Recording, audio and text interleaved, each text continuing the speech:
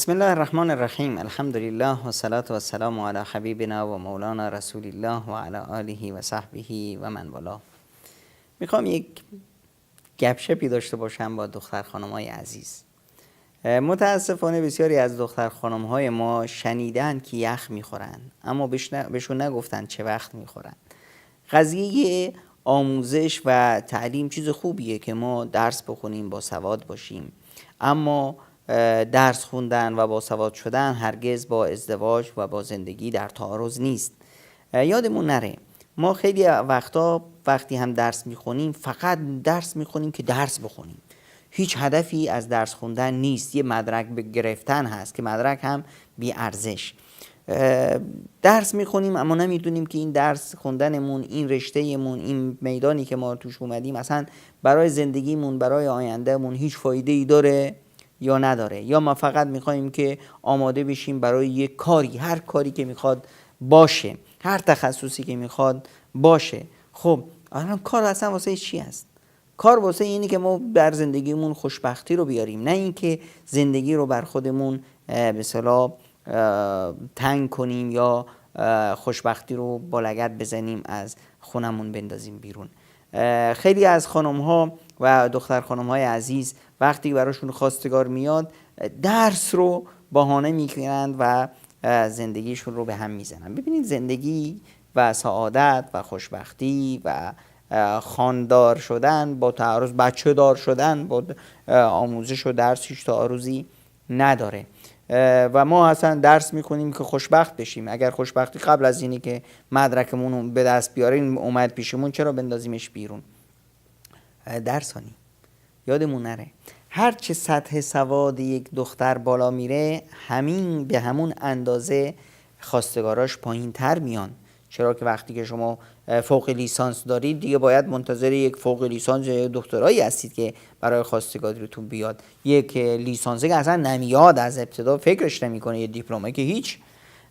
وقتی که به اصطلاح تخصصی تر میخونید، خب همین به همون اندازه خواستگارا، اونایی که خودشون رو لایق شما میدونن یا شما رو لایق خودشون میدونن، اونها کم و کمتر میشن.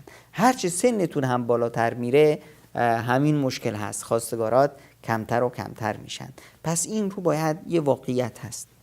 وقتی که اومدید شما به اصطلاح 20-30 سال رسیدید، دیگه الان نباید منتظر باشید که یک کسی بیاد به عنوان ازدواج اول شما رو بخواد، چون که وقتی که شما 30 سال میرسیدید حداقل استاندارد این هست که کسی که به خواستگاری شما میاد باید 35 سال عمر داشته باشه.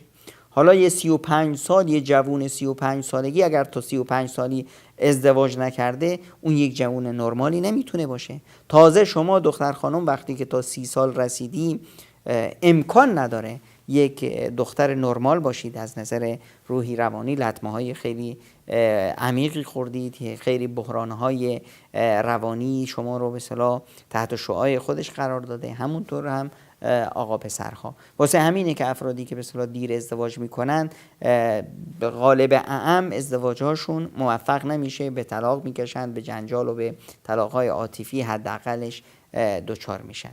پس چیکار باید کرد؟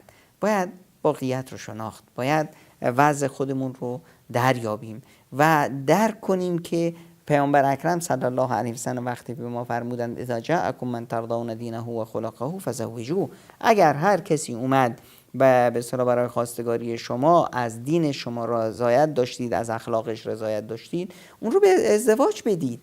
دیگه بهانه این و اون بهانه در آوردن، آموزشش تموم بشه، تعلیمش تموم بشه، نمیدونم مدرکش بگیره و فلان و از این حرفا، این دوره رو بخونه و اون کورس رو تموم کنه و فلان، اینا رو باید بذاریم کنار، که این موارد باعث میشه که ما اون خواستگار عزیزی که اومده به اصطلاح با یه عالم آرزو که میخواد ما رو خوشبخت کنه، اون رو وقتی که میندازیم بیرون، خب ما با زندگی خودمون بازی کردیم و این شانس هست.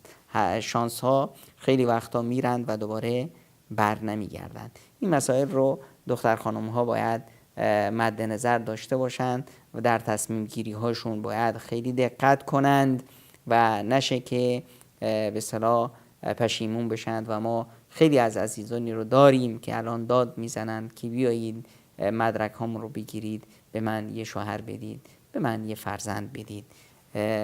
این نیازی که هر دختری داره، هر آرزویی که هر دختری داره که بیاد زندگیش سر و سامون بگیره، صاحب مادر بشه، این نیاز رو در خودمون نکشیم. و خاصتا وقتی که دختر خانم ها عمرشون بالا میکشه، خب اون درصد بارداریشون بسیار بسیار پایین و پایین تر میاد.